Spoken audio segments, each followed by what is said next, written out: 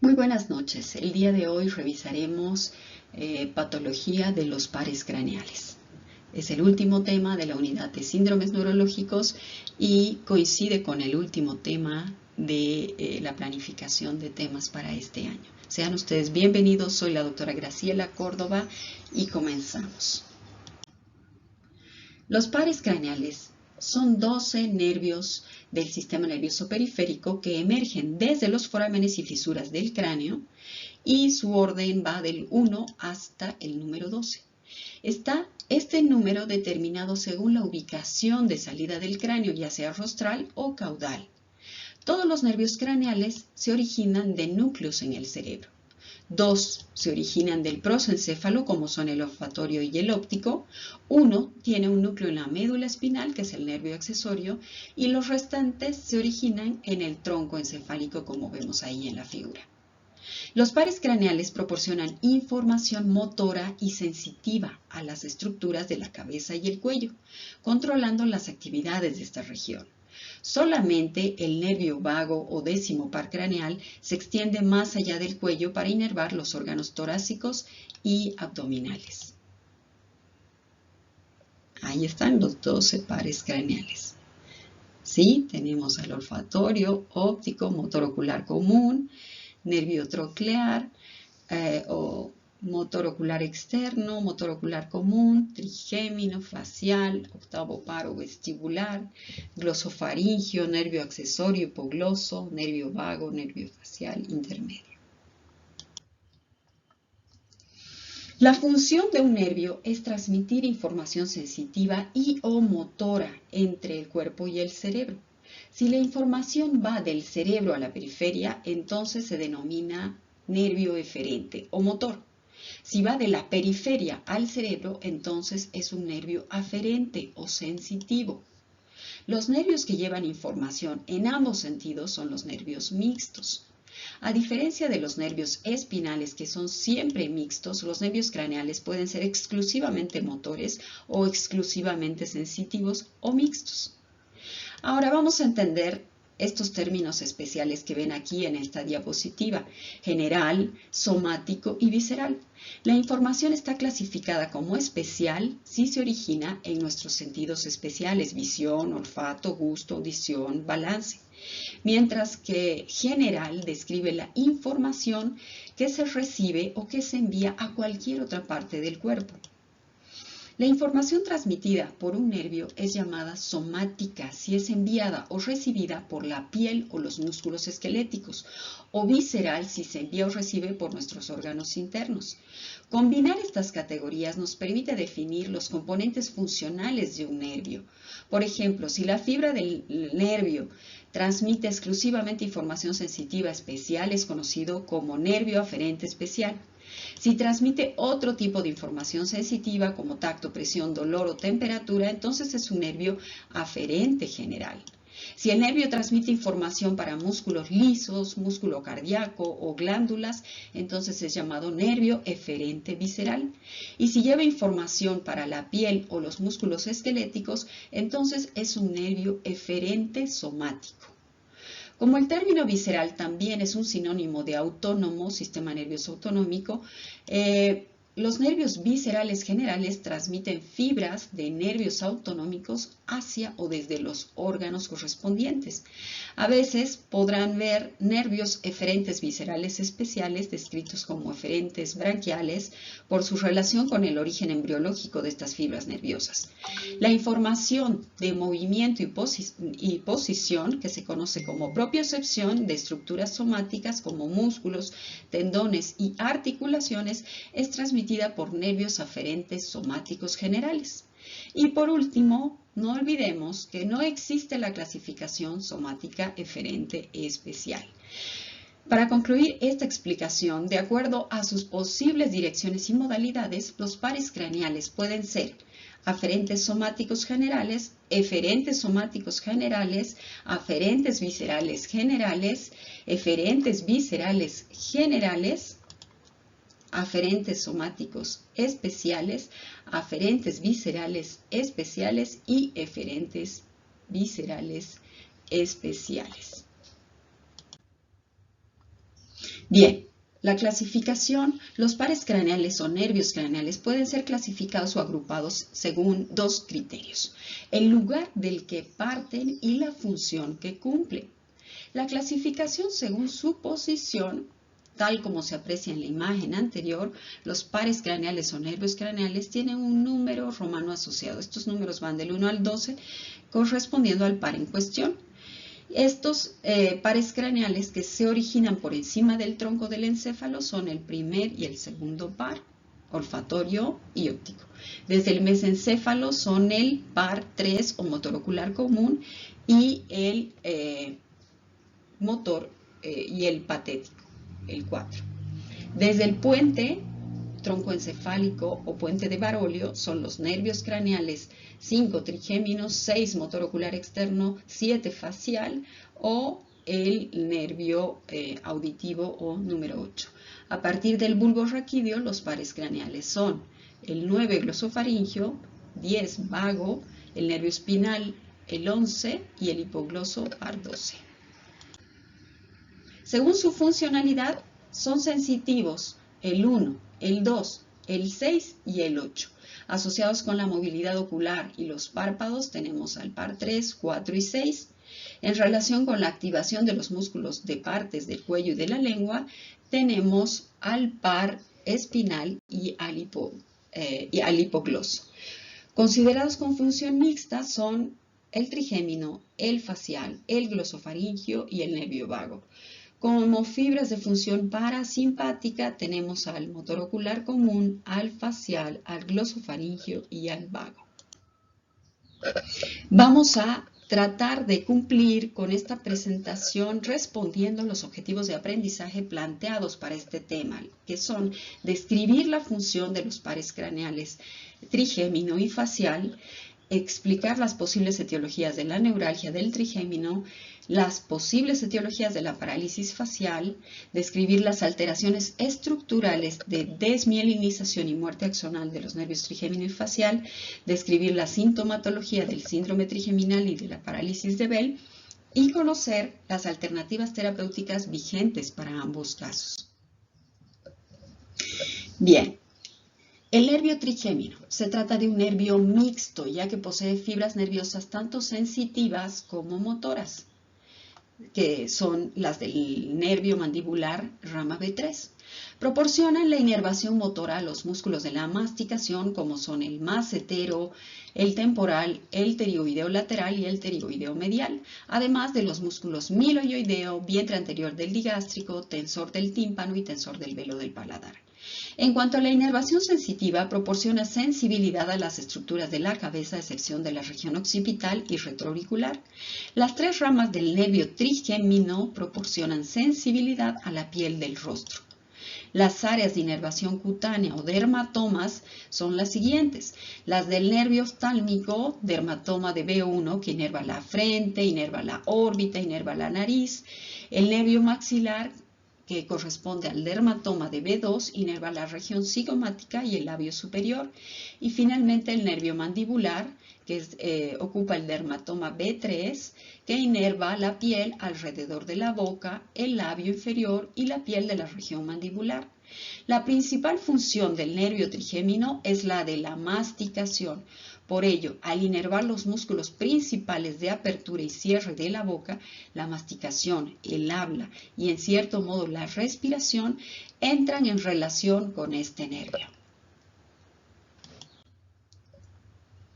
¿Qué tipo de nervio es el nervio trigémino? ¿Sí? Es un eferente visceral especial y es un nervio aferente sensitivo general. ¿Sí? Este nervio trigémino inerva, como dijimos, los músculos de la masticación y recoge sensibilidad de la hemicara ipsilateral, del mismo lado. Se compone de tres ramas: la oftálmica, la maxilar y la mandibular, y la manifestación clínica más frecuente es el dolor en la hemicara del mismo lado cuando ocurre alguna alteración. También puede cursar con hipoestesia de la hemicara ipsilateral, desviación de la mandíbula hacia el lado enfermo con debilidad para la masticación y abolición del reflejo corneal. Las causas más frecuentes son la infección por herpes zóster, la esclerosis múltiple y la neuralgia idiopática. También puede cursar con hipoestesia, dijimos, de la hemicara ipsilateral, desviación de la mandíbula hacia el lado enfermo con debilidad para la masticación y ebullición del reflejo corneal y las causas que acabamos de mencionar. Aquí las 3 ramas proporcionan inervación sensorial principal de los 2 tercios anteriores de la cabeza y de la cara, y está formado por la división oftálmica B1, maxilar B2 y mandibular B3. Las divisiones B1 y B2 solo reciben estímulos de tipo sensitivo, mientras que la B3 tiene componente motor y sensitivo. El componente sensitivo de las 3 divisiones nace de las terminaciones nerviosas de la cara, de las mucosas paranasal, nasofaringea, palatina, corneal y bucal, además de los labios, encías, dientes, conducto auditivo externo, excepto el trago, y los 2 tercios anteriores de la lengua, solo sensibilidad general. El componente motor da inervación a los músculos de la masticación, músculo temporal, macetero, pterigoideo, medial y lateral. Las divisiones del nervio trigémino, nótese en esta figura que el ángulo de la mandíbula, como vemos allá, la parte posterior del escalpo, y las orejas están inervadas por los nervios cervicales, allá está como nervio C2. Nervio oftálmico, la rama óptica es sensitiva y pasa lateral al seno cavernoso y al sexto par craneal, que es el motor ocular externo, hacia la fisura orbitaria superior. Durante su trayecto se divide en varias ramas que van a dar sensibilidad al párpado superior y la raíz de la nariz, piel adyacente de la frente, conjuntiva y piel del canto medial o ángulo interno del ojo.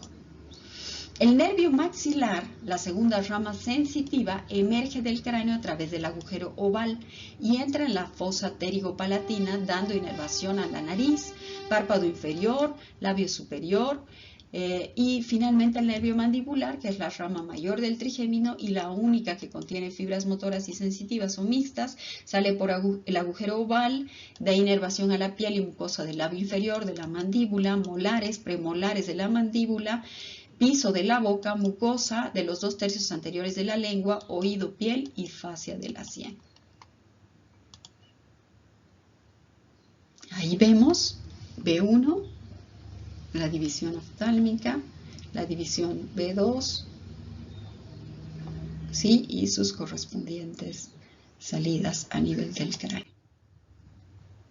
Aquí vemos la raíz del trigémino, que es que hemos mencionado como el mayor de los nervios craneales, que comprende el trayecto del quinto par craneal desde su salida en el borde central del puente desde la salida en el borde central del puente hasta el ganglio de Gasser en el cabum de Meckel, es decir, la porción del trigémino que discurre por la cisterna del ángulo pontocerebeloso. Se distinguen a este nivel las llamadas porción mayor y porción menor, aunque diferentes autores han descrito una porción intermedia. La porción mayor o raíz sensitiva está formada por unas 75.000 a 150.000 fibras, la mitad de ellas mielinizadas. Esta porción presenta somatotopía de forma que las fibras de la rama oftálmica B1 ocupan la porción anterolateral, la de la rama mandibular B3, la porción posteromedial y las de la rama maxilar B2 ocupan una topografía intermedia. La porción menor o raíz motora no llega a las 10.000 fibras y al igual que sucede con las raíces espinales anteriores, alberga hasta un 20% de fibras no mielinizadas, que junto con algunas mielinizadas tendrían una supuesta función sensitiva. La porción intermedia o raíz accesoria comprende fibras tanto motoras como sensitivas. La porción menor emerge del puente unos milímetros rostralmente a la porción mayor, mientras que la porción intermedia nace del tronco entre las 2 anteriores en forma de varios fascículos y usualmente se fusionan con la porción mayor. La zona de entrada de la porción mayor en el puente es importante en la teoría fisiopatológica que sustenta la descompresión microvascular de la raíz del trigémino. En la zona de entrada se encuentra el lugar donde las fibras tanto de los nervios craneales como espinales pasan del sistema nervioso central al periférico. Una de sus relaciones anatómicas más importantes es la arteria cerebelosa superior, que corre por encima del trigémino. Esta zona se suele dividir en una rama craneal y otra caudal. En la mitad de los casos se encuentra alejada de la raíz del trigémino a una distancia de 3.2 milímetros, rango de 0.5 a 8, y la arteria cerebelosa anteroinferior que corre por debajo del trigémino y en un 8% de los casos puede estar en contacto con dicho nervio. El ganglio trigémino descansa sobre la superficie dorsal del peñasco. Las tres principales ramas se originan de su margen anterior, el nervio oftálmico, el nervio maxilar y el nervio mandibular.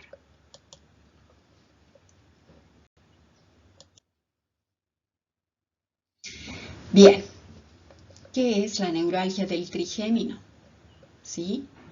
Es una entidad dolorosa que afecta al quinto par craneal en la distribución de una o más de sus ramas y se caracteriza por la presencia de episodios de dolor súbito, intenso, paroxístico, lancinante en la cara del lado afectado, específicamente sobre la distribución del nervio trigémino en alguna de sus ramas, usualmente unilateral, severo, breve y penetrante. Se presenta por accesos que pueden durar desde algunos días o en realidad desde algunos segundos hasta días o meses, con periodos de remisión de la misma forma. Los ataques de dolor generan en el paciente preocupación, miedo de nuevos episodios y llevan a cambios en el estilo de vida con el fin de evitar cualquier estímulo que pueda desencadenar este dolor. La neuralgia del trigémino no tratada puede llevar a pérdida de peso, depresión y en algunos casos al suicidio, por supuesto. Las dificultades en su diagnóstico se asocian con tratamientos inapropiados como el uso de opiáceos, intervenciones innecesarias e irreversibles como las extracciones dentales. Es por eso que es muy importante que hoy salgan sabiendo diagnosticar esta entidad. Fue descrita por Avicena como tortura facial desde el siglo X. Ya en 1756 se le dio el nombre de tic doloroso y hasta 1776 se describió como una entidad clínica distinta descrita por John Fothergill. Rushton y Olafson establecieron más bien los criterios clínicos clásicos para el diagnóstico de la neuralgia del trigémino vigentes hasta la fecha, que incluyen los paroxismos de dolor severo, confinado a una o más divisiones del nervio trigémino con remisiones y exacerbaciones de dolor impredecibles, así como la ausencia de déficit motor o sensorial que involucre al nervio y la aparición de zonas de gatillo, puntos de precipitación de dolor por estimulación del mismo. La incidencia anual de neuralgia del trigémino es de alrededor de 5.7 y 2.5 casos por cada 100.000 habitantes en mujeres y hombres respectivamente, es decir, es más frecuente en mujeres. En algunos estudios se ha encontrado incidencias tan altas como 26 a 28 casos por cada 100.000 habitantes, pero esto se puede deber al uso de diferentes criterios diagnósticos que hace que se sobrediagnostique de pronto un dolor facial de estas características. La edad promedio de aparición son los 53 años en la neuralgia clásica y 43 años en la neuralgia del trigémino secundaria. Se estima una prevalencia a lo largo de la vida del 0.16 y 0.3%, mientras que la prevalencia de dolor facial es del 2%. Estas diferencias porcentuales explican la razón por la cual se debe considerar otras causas diferentes de neuralgia del trigémino, o más bien otras causas diferentes de dolor facial, en los pacientes con dolor facial. Además, el 14% de los pacientes con dolor neuropático tienen neuralgia del trigémino. ¿Sí? Acá se ve, constituye el 89% de todas las algias faciales, suele desarrollarse después de los 40 años de edad, en un 70%, es más frecuente en mujeres.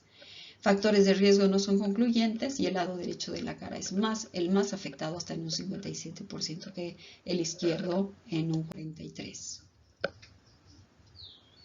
Ya, ¿cuáles son los criterios diagnósticos de la neuralgia del trigémino? Estos que hemos dicho que fueron descritos por Rushton y Olafson, que fueron los que establecieron los criterios clínicos clásicos para el diagnóstico de la neuralgia del trigémino y siguen estos vigentes hasta la fecha. A. Al menos 3 ataques de dolor unilateral que cumplen los criterios B y C. B. Ocurren en una o más divisiones del nervio trigémino sin irradiación más allá del territorio del mismo. C.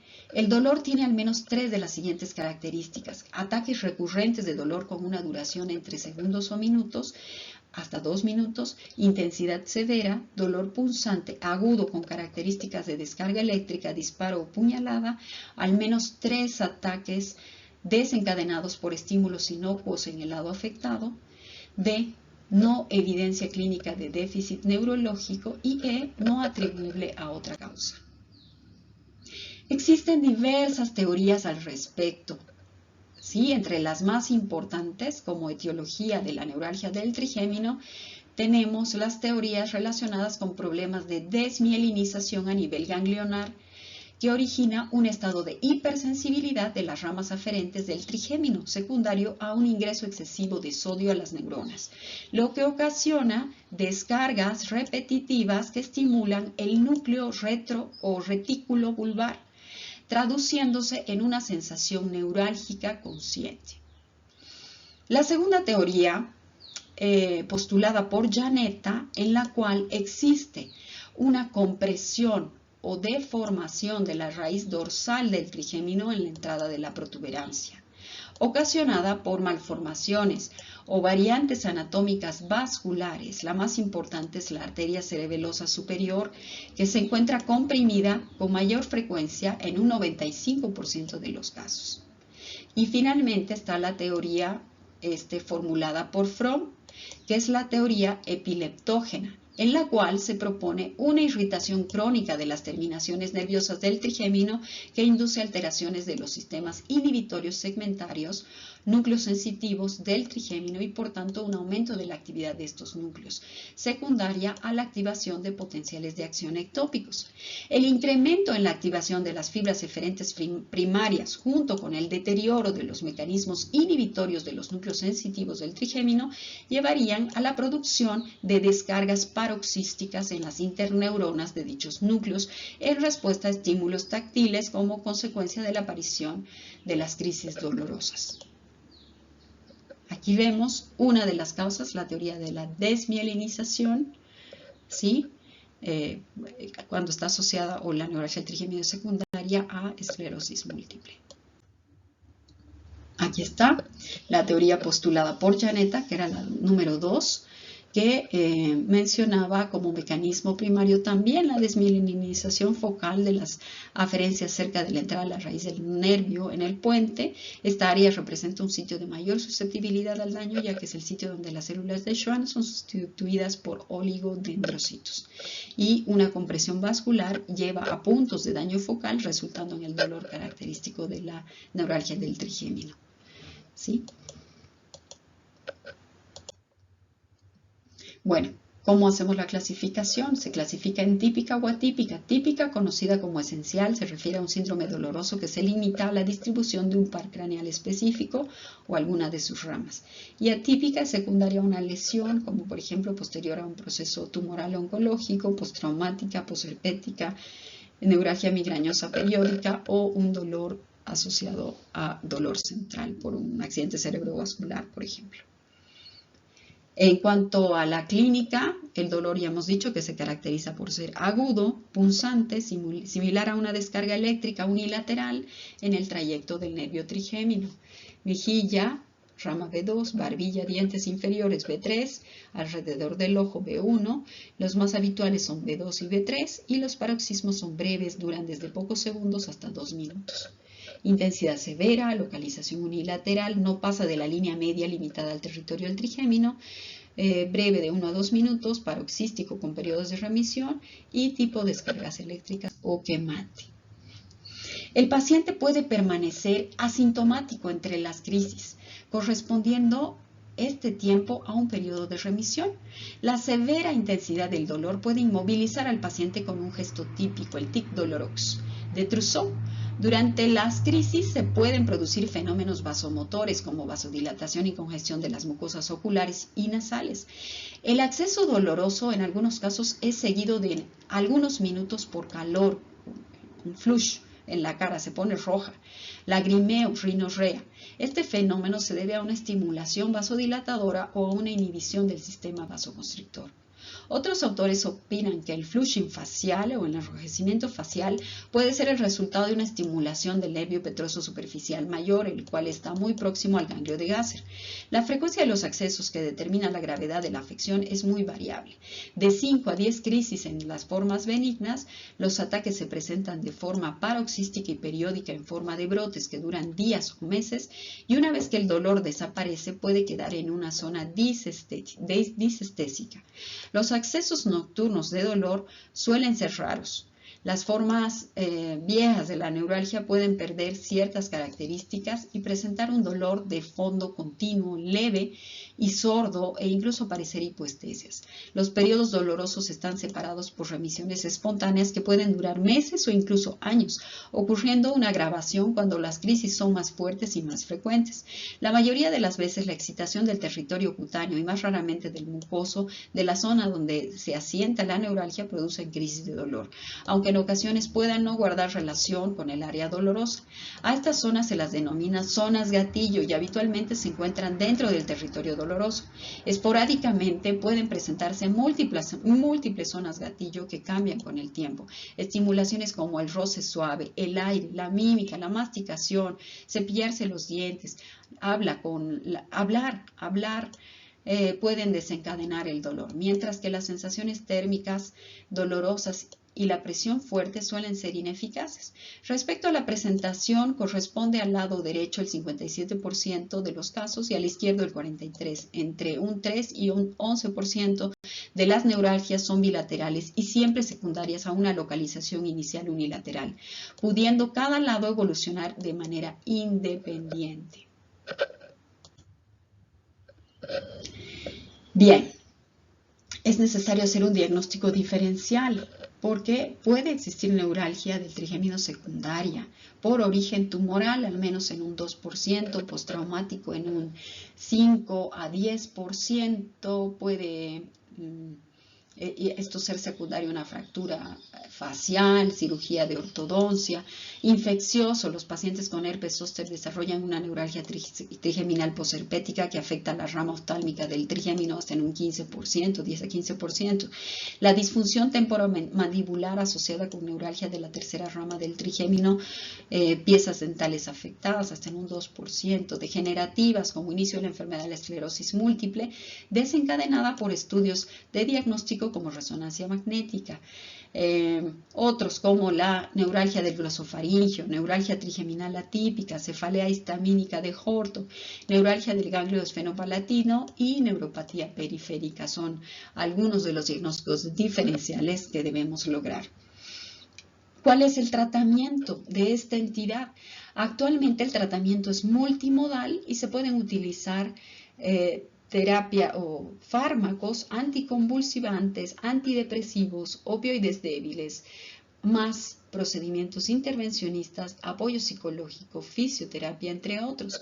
La educación del paciente es muy importante en el control de esta enfermedad, además de la medicina de rehabilitación, fisioterapia, la terapia psicológica, por supuesto, además de la terapia intervencionista que vamos a revisar enseguida.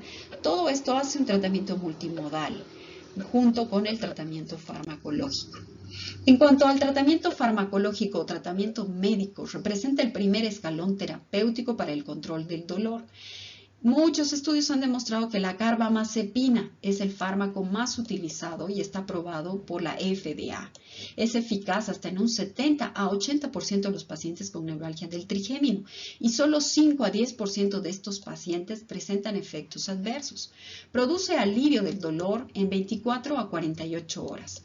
Actúa suprimiendo la transmisión sináptica a nivel del núcleo espinal del trigémino mediante una facilitación de la inhibición aferente sobre dicho núcleo. Los efectos secundarios más frecuentes son la sedación y las alteraciones de las funciones cerebrales superiores.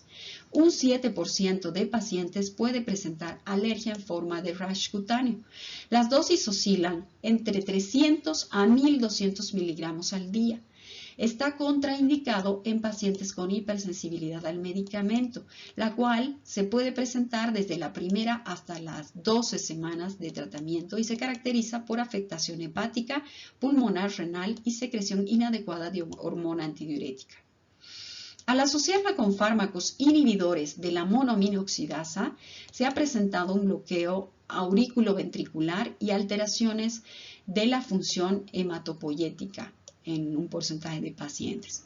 La lamotrigina, según estudios aleatorios, se ha demostrado más efectiva, pero el grupo de pacientes es escaso y las reacciones cutáneas son más frecuentes. La dosis de lamotrigina oscila entre 200 a 400 miligramos al día. Luego está el baclofeno, empleado en el tratamiento de los síndromes de espasticidad. Ha demostrado eficacia como coadyuvante de la carbamazepina en aquellos pacientes con dolor no muy intenso o con una intolerancia a dosis altas de carbamazepina. La dosis diaria de baclofen oscila entre 50 y 80 miligramos al día. Luego, la gabapentina, que es un medicamento con propiedades anticonvulsivantes que ha ocupado un lugar importante en el tratamiento de la neuralgia del trigémino, puede ser considerado de primera elección por sus pocos efectos adversos. Actúa a nivel central y periférico y se recomienda una dosis de 600 a 1200 miligramos al día repartidos en 3 dosis. No tiene interacciones farmacológicas con la carbamazepina. La difenilidantoína o el baclofen se absorben bien por vía oral, se excretan sin cambios en la orina, su vida media utilizada como monoterapia es de 5 a 0 horas. Dentro de sus efectos adversos se encuentra la somnolencia, mareo, ataxia y fatiga.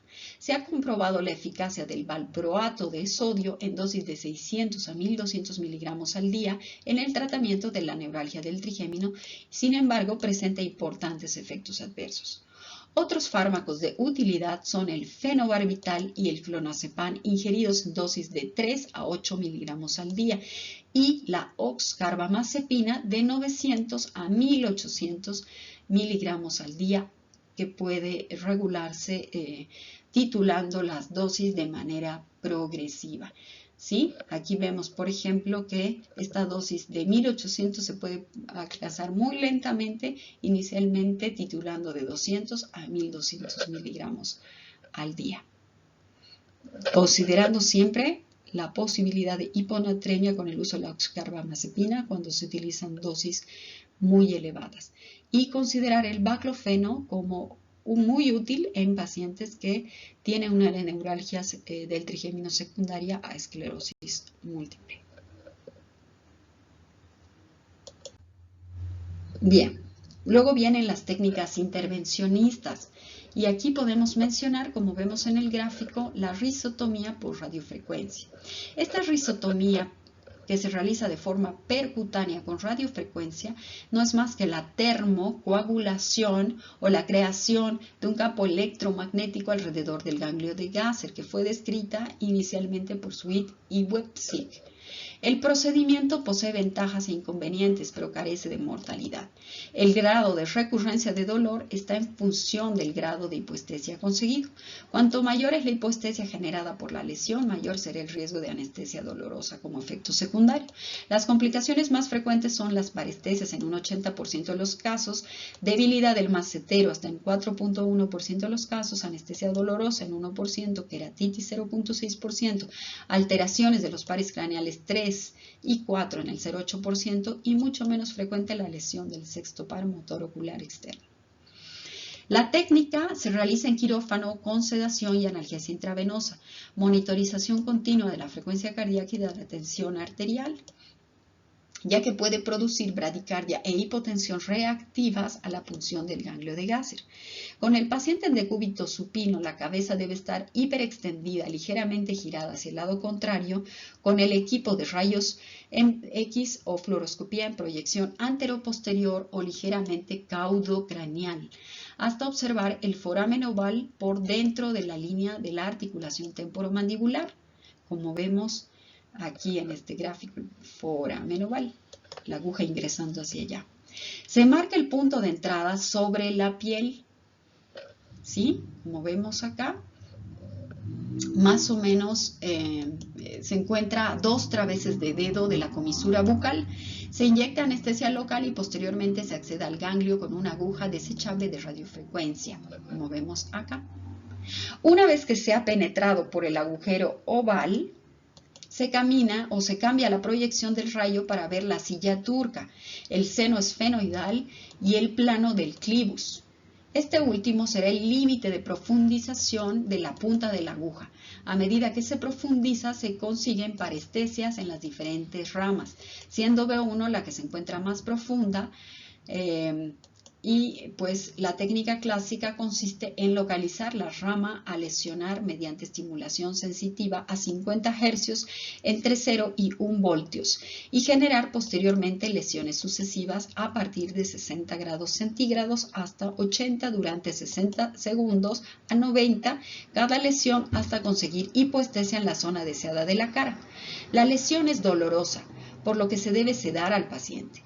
Una variante consiste en la aplicación de una corriente de radiofrecuencia pulsada en la que no se produce lesión, ya que la temperatura a los tejidos que se utilizan no sobrepasa los 42 grados centígrados, con buenos resultados, aunque con menor duración. Aquí vemos el ingreso hacia el clivus, ¿sí? Y aquí vemos cómo se va contactando el ganglio de Gasser. Otra técnica intervencionista es la microcompresión percutánea del ganglio de Gasser con balón de Fogarty, ¿sí?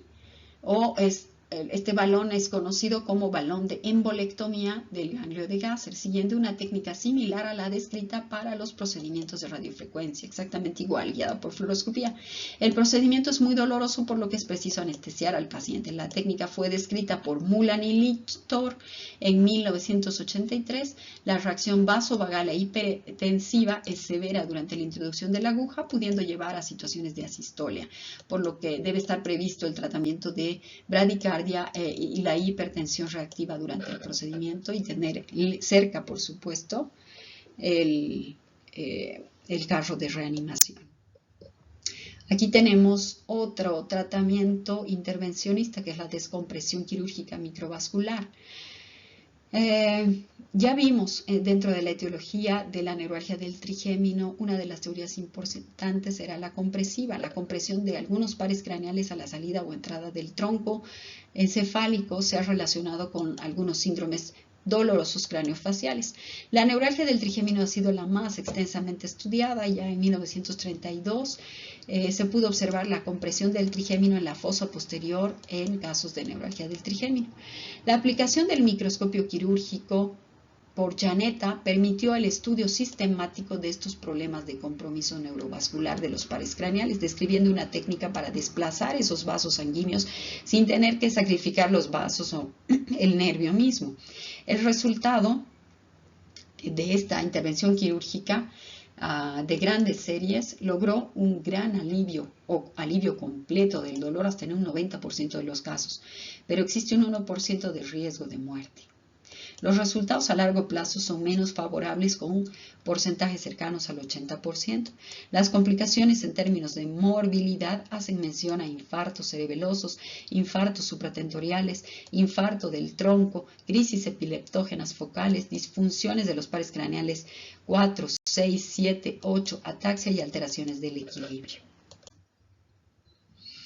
Otro procedimiento es la radiocirugía estereotáctica, mediante la utilización de equipos de aceleradores lineales que emiten rayos X o el sistema Gamma Knife, que emite rayos gamma de una fuente de cobalto, se consiguen también buenos resultados en casos rebeldes. Se ha publicado que esta modalidad de tratamiento de Gamma Knife es la menos invasiva y la que presenta menos complicaciones, con una respuesta favorable hasta en un 75% en el alivio del dolor y hasta en un 90% más en la neuralgia del trigémino secundaria y esclerosis múltiple. Para recordar entonces como puntos clave en la neuralgia del trigémino. La neuralgia del trigémino es un síndrome que se caracteriza por dolor facial lancinante, severo, paroxístico, generalmente unilateral y recurrente, localizado en el territorio de una o más ramas del nervio trigémino. En los criterios de International Headache Society, IHS, para el diagnóstico de esta patología, lo describe como ataques paroxísticos de dolor facial o frontal de 1 segundo a 2 minutos de duración que afectan a una o más ramas de las divisiones del nervio trigémino. La Asociación Internacional para el Estudio del Dolor, IASP, lo define como dolor paroxístico unilateral, severo, penetrante, de corta duración, recurrente en la distribución de una o varias ramas del quinto par craneal. Existen además zonas gatillo ante estímulos táctiles o térmicos que pueden desencadenar el evento. La neuralgia esencial del trigémino se asocia a un cuadro de dolor neuropático secundario a la compresión de la zona de entrada del nervio en el tronco cerebral, la cual se atribuye a tumores o más frecuentemente a vasos sanguíneos, ramas de las arterias cerebelosas o venas de drenaje.